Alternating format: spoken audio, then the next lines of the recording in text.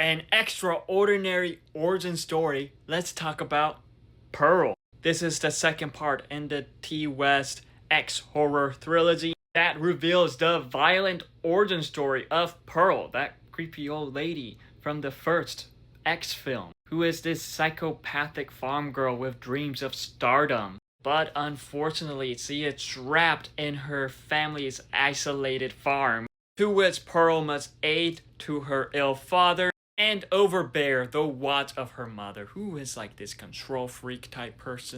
But she is here lusting for the glamorous life. But Pearl's ambitions and all that just collide. With this film, we do see Mia Goth come back as Pearl, this time not in old lady prosthetic makeup. And Mia Goth, she did great in this film, as we see why Pearl is a psychopath. And just all the things she do in this film, like holy crap. She needs therapy.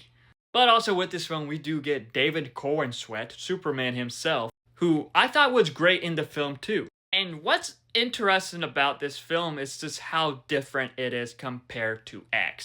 With this, it does feel like it has like a fantasy dream-like vibe to it. Similar to Wizard of Oz, just with the style, the color, all that just stood out and gave me vibes of that. In a way, this film kind of felt like a weird psychotic dream watching at times. And I think it just going with that style, making it completely different to what we've seen in X, I thought that was great. It is a very interesting, violent origin story of Pearl. As we see the farm, we see that alligator, and we just see her just become psychotic.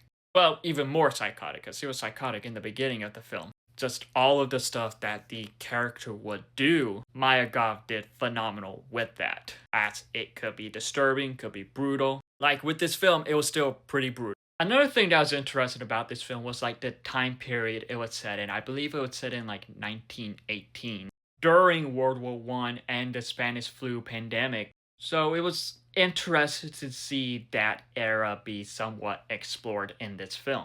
A few things with this film is that I do feel like it went on longer than it needed to be, and there was a certain death in the final act. I just thought that was kind of just pretty dumb. It's whatever. But with Pearl, I thought it was a great prequel to exploring the character as it continues that analysis between Pearl and Maxine. I think it did that pretty well. But overall with Pearl, it was a pretty good prequel. If you like horror films, you like slashers, you will enjoy this. But have you seen it? If so, what are your thoughts on it? Let me know in the comments below and follow me for more.